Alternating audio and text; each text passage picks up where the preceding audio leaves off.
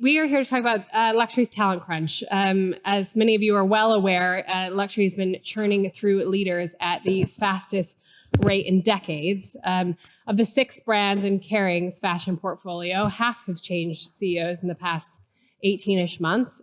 4 of the 6 have changed creative directors, the last one as recently as yesterday. We've got new CEO of Burberry. We've got a new designer coming to Chanel. Richemont's just changed its top guard, and LVMH has changed a quarter of its creative directors in the last 18 months. So here to talk through all this change is Karen Harvey, who is the CEO and founder of Karen Harvey Consulting. You are a headhunter for luxury and fashion brands, and Leon Del Forno, who is a partner at the law firm Temime. And as some of you may know, he represented Eddie Slimane in his lawsuit against his former employer Kering when he left Saint Laurent. So thank you both for being here. Thank you. Thank you. Luxury brands are, they're just cycling through leadership, particularly on the creative side, at record speed. I mean, is this a knee-jerk reaction to the fact that we're in a spending slowdown, or are there larger forces at play? I'll start with you, Karen. Well, thank you so much, and it's great to be here with you, and the conference has been fantastic, and listening to all the speakers and all the things going on in the world, I think it really speaks to more than a spending slowdown. I think these things started, before we were fully aware of the impact that the chaos that is happening in the world. So, but I think a lot of it was really a sign of growing uncertainty, and also the way that the luxury sector had peaked at such a height and started to see that change coming. I think it was a bit of a knee-jerk reaction to that. And I also think that it's a moment in time for brands to really think about the real partnerships between the executives, many of whom are here today, and the creative directors. But yes, I think it wasn't necessarily a slowdown yet. I think the portend of things to come was that, but I think also a shift in mindset for, what those leaders might have been thinking about what the brands needed, in terms of maybe putting something more maybe malleable in place versus something that might push the envelope at a time when there was uncertainty. And I mean, do you feel like what is that strategy shift then? Because it's hard to look at an appointment like Sabato's at Gucci, which was 2 years, and it's like, okay, we gave you 2 years and a couple collections, and that was, and it's obviously not working, so we're just going to completely change the designer here. I mean, do you feel like there is an underlying strategy, or is this just like, let's just keep chucking new designers here and see who's going to work? If that's a strategy, I don't think it's an effective one for either side. Mm-hmm. What I think is it's a sign of really not being certain of where a group or a leadership might want to take a brand. So bringing in a creative director to kind of test the waters might have made sense at the moment. Also, Sabato's incredibly talented, but it takes time. So a strategy of such a short contract seems more to me like a risk than a strategy. Interesting. Indeed.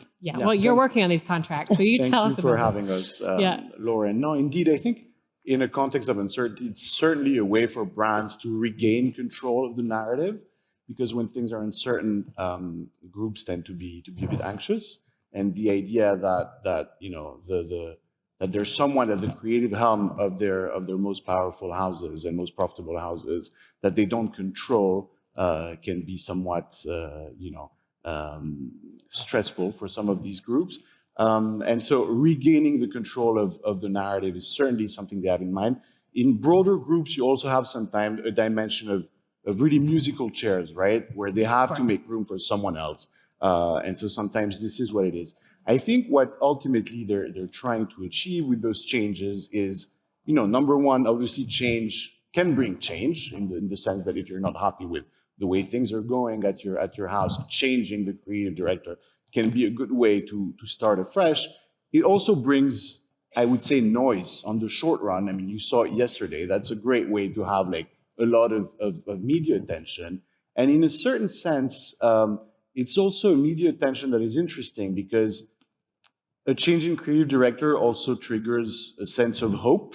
And there's a lag, right? There is a gap in time from the time you appoint and the time where you actually see the results on the business, which can go both ways, but which for brands can be a way to actually do something now about a problem and have to wait for another 18 months to see whether the bet was a smart move or not.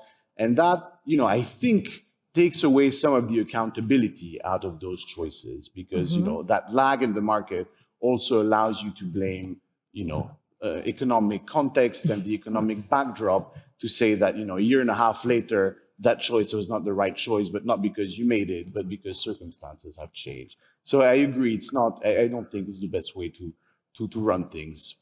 And I mean, because it was, I loved when Bruno Pavlovsky was talking about when they'd hired Mathieu Flazy for Chanel, and he was like, this is 5-10 year appointment at least. Like we hope it's longer, and that used to be the norm. Now the norm is feeling more like 2 years. I'm curious, and the thing I was really surprised when we talked about it, I hadn't been aware of this, is how many creative directors are now on these freelance contracts, Indeed. which allows these brands or possibly the creative directors to exit earlier. I mean, can you talk to me a little bit about how that feels for the designers? Do you think this is a good thing for them, for the brands? Indeed, most creative directors, especially when they're young. I mean, the dynamics is the following. Brands tend to want short contracts in the beginning, and then when things work well, they want longer contracts, or they want long contracts with unilateral exit rights, so they can actually run the show. Creative directors and younger creative directors tend to be really attracted by longer contracts because they have the security. And part of my job is actually convincing them that shorter contracts are actually beneficial to them in the sense that it allows them to renegotiate the terms of their contract. So what are the contract lengths? Like what were they before and what are they now? I think we've, historically we had 10-year contracts, 9-year contracts. Nowadays, we're more looking at 2 or 3 year contracts or 5-year contracts with, a midterm exit right at 2 years and a half, plus 2 or 3 years. Yeah. And you think it's good for designers to have these shorter contracts because if they do well in the 2 years, then they can renegotiate. And if they don't do well, what I keep telling them is exactly what you said. If you do well, then that's a great opportunity at renegotiating the terms. If you're not doing well, either way, you don't want to be stuck with another 3 years with a CEO that you don't get along with an owner who doesn't trust you, and with a company that doesn't really follow your vision. And so at the end of the day, I think shorter contracts are good for both. But also, they're not tracked. There's always a way to make a change. So if a creative director is not given the opportunity to really express their vision, then there is a way. In some contracts, of course, only the brand can conclude the contract, but in others, if Leon, you do a good job, but if they're negotiated well, then they also can exit for a variety of reasons. So absolutely. I think that, in all cases, the signal of something very brief, unless the creative equally wants to test the waters, what it does, it's 4 seasons. I mean, when you really think about it, it's a very short period of time for a designer to really immerse themselves in the DNA of the brand. And I do want to say, when we first started talking about this, there was so much change going on. When we see the dust settle, I mean, Mathieu is incredibly talented. Michael Ryder is going to Celine. He's incredibly talented. Louise Trotter, I could not be happier for her. This is, I believe, her third creative director role, yep. right? So, I mean, Nadege continues to crush it at Hermes, and Ximena, of course, is doing a beautiful job at Chloe, and Peter at Elia. So I think the dust is settling well, and Pier Paolo is incredibly talented. It does feel a bit like musical chairs inside Karen. So, what are they thinking? Not sure. But I do think Pier Paolo is quite good with a DNA. And so it seems like there needs to be a little bit of righting that ship. Very curious to see what happens with them. Definitely an aesthetic change for that house. But I mean, I'm sure customers feel a lot of whiplash. If you're a long-time Valentino customer, you see them at the couture shows and they are not dressed like what's on the runway. Yep. That's exactly right. That's exactly right. But you talked about Louise Trotter. We've seen a lot of new hires, a lot of change. Very few of these new creative director roles, however, have gone to women. And this is something we've talked about extensively. And I would argue that the ones that have gone to women, like Louise Trotter, are very, very, very qualified. She was not an unknown designer plucked from a studio. This is her third one. Why are the numbers going down? Why do we have fewer women designers now than we did 10 years ago? Yeah, I mean, I think most people know that we don't just do executive search. Like half of our time is really spent advising brands and sitting with boards. And really, the thing that I'm always saying is, this idea of women just coming in second on a regular basis really is disturbing, because I think historically, women have been able to really, when you think about Phoebe and even her brand today and her longevity, and I mean, there are just so many incredibly successful women who have been able to just do beautiful work. So why is it? We can go all the way back to design school. There are typically more men graduating with design degrees in women's fashion. And then I think men historically have seemed to be a bit better at the marketing side, at promoting, at sort of being out there for the brand. I think it really goes back to some of that. And as marketing has really become a huge element of that creative director in the context of marketing for a brand, I think some of the women probably have been less good about promoting themselves. But I would call into question that the balance is a bit off. And I would say, in some ways, men designing clothes for women it's a very different experience when those of us who are buying clothes designed by women, often it feels different. Now there are exceptions, of course, to all of that. I love an Eddie Slimane jacket like crazy. But truly, I think there is something really off. And when we're sitting with brands and advising them, we really push the agenda of at least opportunity to give that equal opportunity for that woman. Yeah, because the feedback sometimes you were getting, I remember we talked about this earlier, was that you were putting forward a mix of clients and they would say, oh, the woman, great at product, but not sure she can be the face of our brand. Exactly. And that comes down to that self-promoting, that marketing, that and it is also a mindset, guys. Like when you're thinking about creating, as you said, Leon, like that hype or that moment that really gives a boost to a brand. What I think executives are often thinking is we need that boost. We need that name. We need that boost. We need that person that will really create that excitement. And I would argue that there are many people out there cheering for some of the great women, female designers who have come in second, quite frankly, in these sort of, there can only be one choice. So when brands are considering these things, but there is no doubt the balance is off.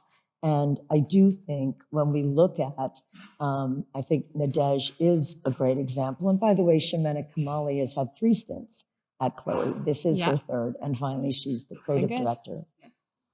And I mean, do you have a view on this as well? Indeed, I mean, there must be extremely strong biases in place, and we can absolutely not deny that.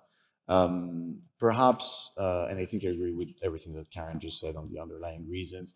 Not just an outlook of hope out of my pure, empirical experience is that amongst, younger designers fresh out of school, most of my clients who are actually coveted by reputable houses tend to be women. So then the question is, will it last? And will they go from, the next gen, prodigy to the person who can actually create that momentum that Karen was talking about? And I, certainly hope so. And there's absolutely no reasons why that ought not be the case. Regarding CEOs, though, I've seen a trend, and again, my sample is mostly comprised of, houses I work with or clients I work with, but of women replacing men at CEO positions. That's definitely happening. And actually, also taking a bigger role as the face of the company, which will probably lead us towards, another part of our conversation about the interplay between management, creation, and ownership, which I think is really key to understanding also how all of this works, including from a contractual standpoint. But I've seen that trend, and I think it's certainly a great thing. And you're right. I mean, the numbers are staggering. The numbers that we were discussing before on the creative side. So hopefully that will last. And it's interesting when you read too about the brands that are doing well and the brands that are doing badly, and almost all of the credit or the blame is going to the creative director. At the same time, it seems like creative directors have just so much less power when it comes to negotiating their jobs. That pendulum between who has the power, the brands or the designers, is always swinging. Where do you feel it is now? Who do you feel has the power? Well, I think first of all, and probably Leon would agree with this to some degree, and maybe not, but the person offering the contract inherently is hiring the creative director. And so one might say they have the power. There was a day back in the day, feels so long ago, that the power was really shared. The responsibility for the success or lack thereof was shared. I mean, the famous partnership between Domenico De Sole and Tom Ford, Angela Ahrendts and Christopher Bailey. Ralph Lauren today has an incredible partner in Patrice Louvet, Calvin Klein and Barry Schwartz. I mean, Ralph Toledano and Phoebe Philo back in the day. And so these partnerships, they had each other's back. And I don't know exactly when the shift happened, but suddenly there is that power struggle, in my view, that is very unbalanced. But what really I think is problematic is that if it doesn't work, I do see certain executives like, next. And so what I would offer is, I don't know, in my world, if I place somebody somewhere or if I'm advising a brand on recalibration, some of that responsibility falls on me. I feel it equally falls on the chairman or the CEO, that we're working months and months and months on a strategy to make this work. So when we all hold hands and say this person is going to be that creative director, if something happens along the way, and by the way, these entries are not easy for anyone. It's not suddenly like, Sabato, for whatever the situation was. I mean, Alessandro Michele doubled Gucci's business alongside Marco Bizzarri. I think we all know that. And that, where he took Gucci from its DNA to something that was at the time extremely current, really speaking to the consumer of the moment, was extraordinary. And when it started to tank, I think, there was a great deal of surprise. And then there was a lot of time. And then Sabato came. And it feels like I was not there, but the direction was go back to the DNA, go back to the DNA. But I do think CEOs are not creative directors. And if all of us create too narrow a lane for the creative director coming in, we're not hiring them for their vision. I think we are hiring them to make sure that what we discussed when they showed us their vision, they're sticking to that. And if they're not, help them find that way. But I do believe the creative directors are the closest to the consumer. And I believe we owe them the opportunity to settle into that DNA. Most of them have choice. Most of them, it's not just one brand that's calling them.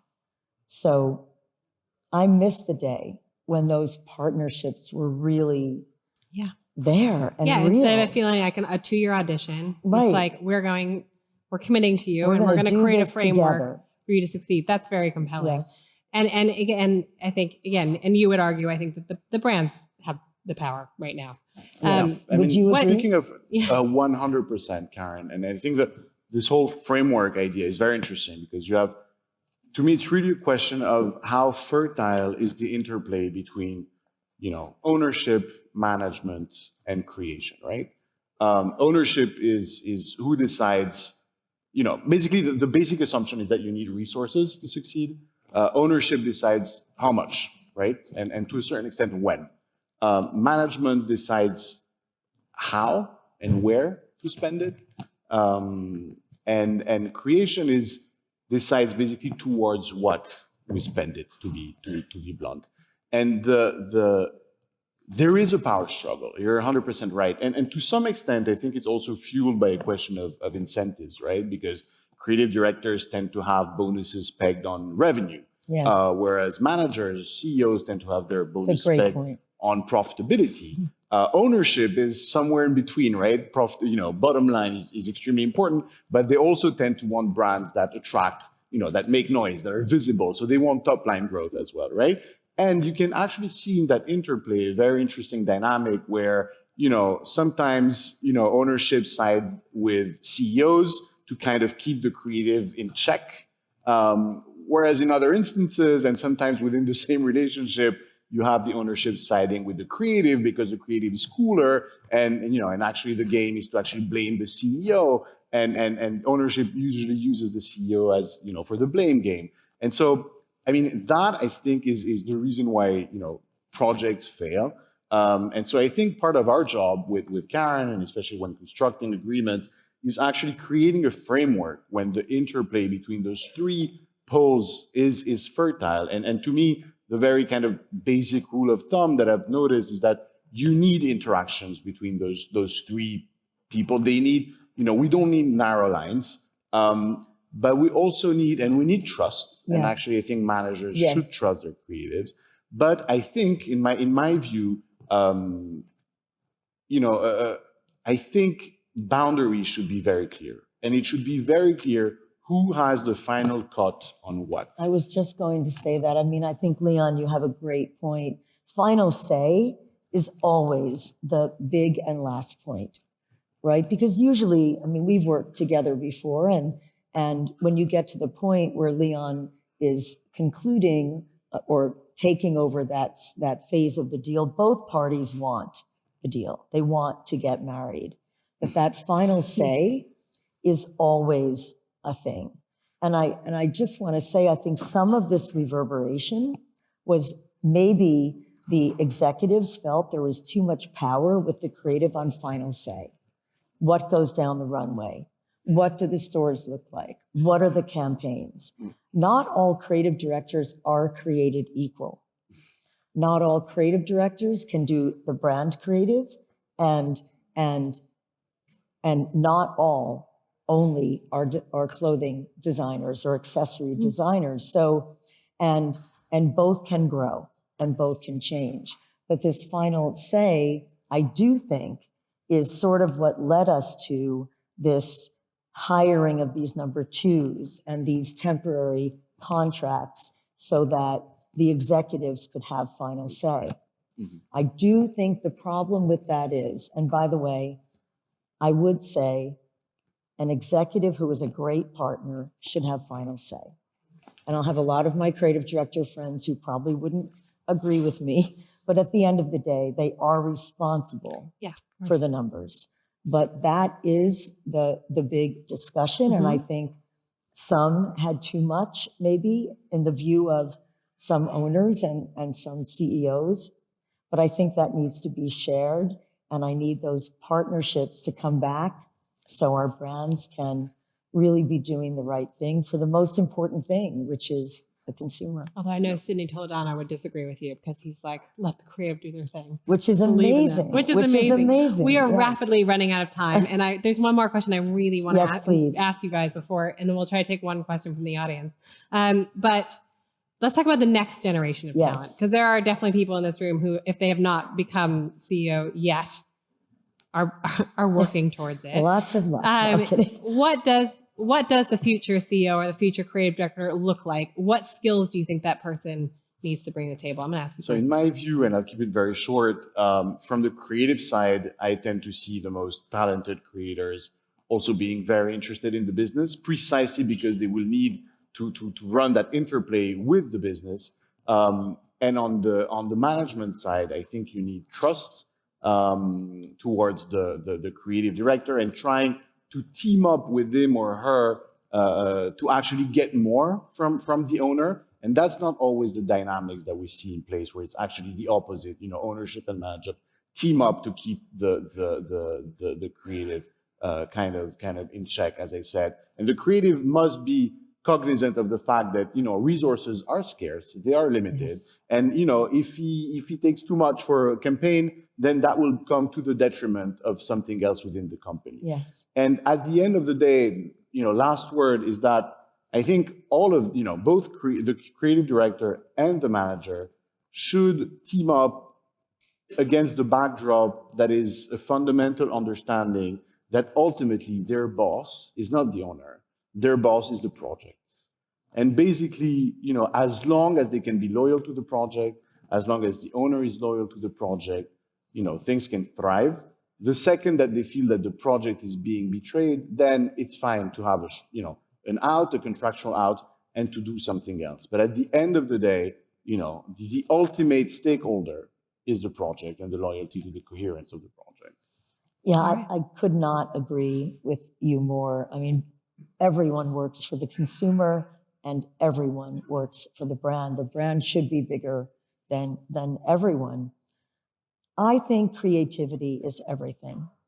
I think in a world where humanity is at risk in some cases, I think what creativity does is it connects people. And so I would say for the future CEOs, creativity is not just the people who make stuff. Yes. It's really leaning into your skill set. What got you here?